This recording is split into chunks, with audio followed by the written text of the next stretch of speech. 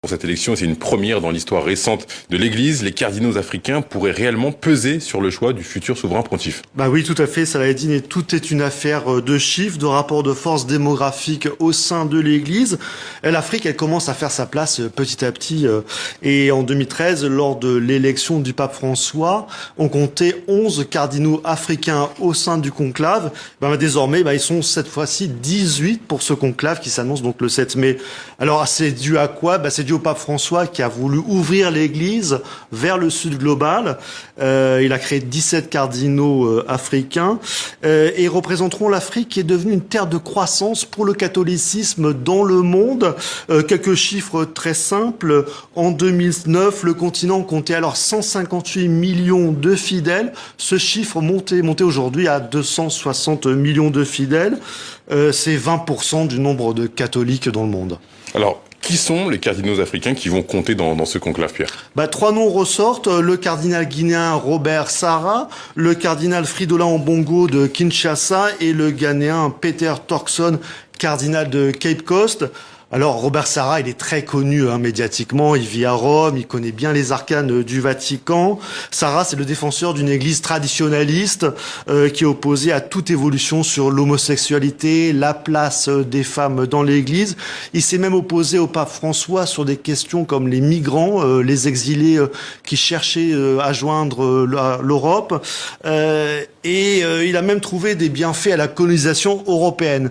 Mais malgré ses opinions, il est très influent en Afrique. Est-ce qu'il peut être élu pape? Ça sera compliqué pour lui parce que 80% des cardinaux du conclave ont été nommés par ce même pape François qui combattait. Alors, on imagine mal ces gens-là rejoindre le cardinal Sarah lors de l'élection.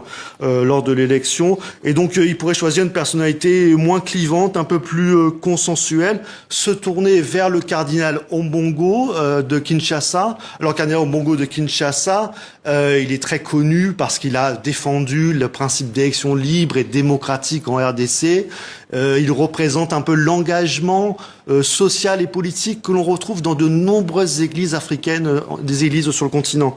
Alors il est moins rigide effectivement que le Robert Sarah, mais au sein du Vatican, on trouve qu'Ambongo a pris une influence trop grande. Il est considéré comme étant un peu trop politique et pas assez théologien. Et puis, Pierre, le troisième que vous évoquiez, qui est en bonne position, c'est Peter Turkson. Lui, il est connu pour être un habile négociateur.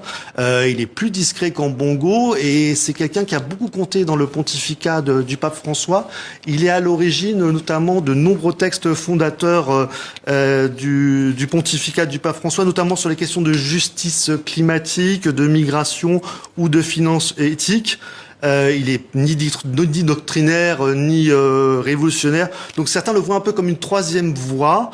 Alors est-ce que ce sera lui? Est-ce que ce sera un pape africain? Comme vous le savez, Saladin, les voies du conclave sont impénétrables. On va patienter. Merci beaucoup, Pierre.